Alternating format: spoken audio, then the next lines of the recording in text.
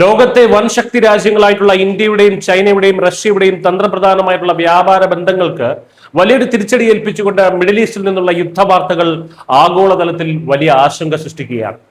ഇറാനിലെ ചബഹാർ തുറമുഖവുമായി ബന്ധപ്പെട്ട വ്യാപാര പാതകൾക്ക് നേരെയുണ്ടായ ഭീഷണികൾക്ക് തൊട്ടു പിന്നാലെ റഷ്യയും ചൈനയും ബന്ധിപ്പിക്കുന്ന ഇറാനിലെ നിർണായകമായിട്ടുള്ള മറ്റൊരു റെയിൽ പാതയും ഇപ്പോൾ അമേരിക്കൻ ആക്രമണത്തിൽ തകർക്കപ്പെട്ടിരിക്കുന്നു. പശ്ചിമേഷ്യയിൽ അമേരിക്കയും ഇറാനും തമ്മിൽ ആരംഭിച്ച പുതിയ പോരാട്ടം കേവലം രണ്ട് രാജ്യങ്ങൾ തമ്മിലുള്ള പ്രശ്നമല്ല, മറിച്ചത് ഇന്ത്യ അടക്കമുള്ള വൻ ശക്തികളുടെ സാമ്പത്തിക സുരക്ഷയെ നേരിട്ട് ബാധിക്കുന്ന സമാനതകളില്ലാത്ത ഒരു പ്രതിസന്ധിയായി മാറിക്കഴിഞ്ഞു. ഇതോടെ മേഖലയിലെ ഏറ്റവും വലിയ തന്ത്രപ്രധാന വ്യാപാര ഇടനാഴികൾ പൂർണ്ണമായും മുറിയുന്ന സാഹചര്യമാണ് രൂപപ്പെട്ടിരിക്കുന്നത്. ഇറാന്റെ ഫാർസ് ന്യൂസ് ഏജൻസി പുറത്തുവിട്ട വിവരങ്ങൾ പ്രകാരം ഇറാനിലെ ഗൊലസ്താൻ പ്രവിശ്യയിലുള്ള അക്ടെക് ഖാൻ റെയിൽവേ പാലത്തിന് നേരെയാണ് അമേരിക്കൻ സേന അതിശക്തമായിട്ടുള്ള മിസൈൽ ആക്രമണം നടത്തിയത്.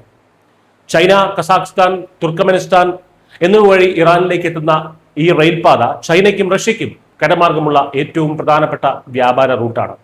മിഡിൽ ഈസ്റ്റിൽ യുദ്ധം രൂക്ഷമായതോടെ സുരക്ഷിതമല്ലാതെയായി മാറിയ കടൽ വ്യോമ പാതകൾക്ക് പകരമായി ഇറാൻ ആശ്രയിച്ചിരുന്ന ഏക ആശ്രയമായിരുന്നു ഇത്.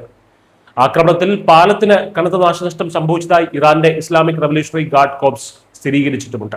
ചൈനയിലേക്കും റഷ്യയിലേക്കും നീളുന്ന ഈ തന്ത്രപ്രധാന പാത തകർന്നത് വഴി ഇറാന്റെ വ്യാപാര മേഖല പൂർണ്ണമായും സ്തംഭിക്കുന്ന അവസ്ഥയിലാണ്.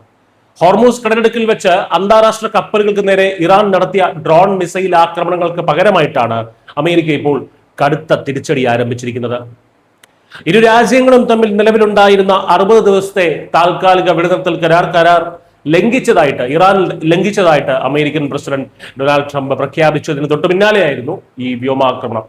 ഇതോടെ അമേരിക്കൻ നാവികസേനയുടെ 5ാം കപ്പൽപ്പടയുടെ ആസ്ഥാനമായ ബഹ്റൈൻ, കുവൈറ്റ്, ഖത്തർ, ജോർദാൻ തുടങ്ങിയ രാജ്യങ്ങളിലെല്ലാം ഇറാന്റെ പ്രത്യാക്രമണ ഭീഷണിയെ തുടർന്ന് വ്യോമ പ്രതിരോധ സൈറണുകൾ മുഴങ്ങി.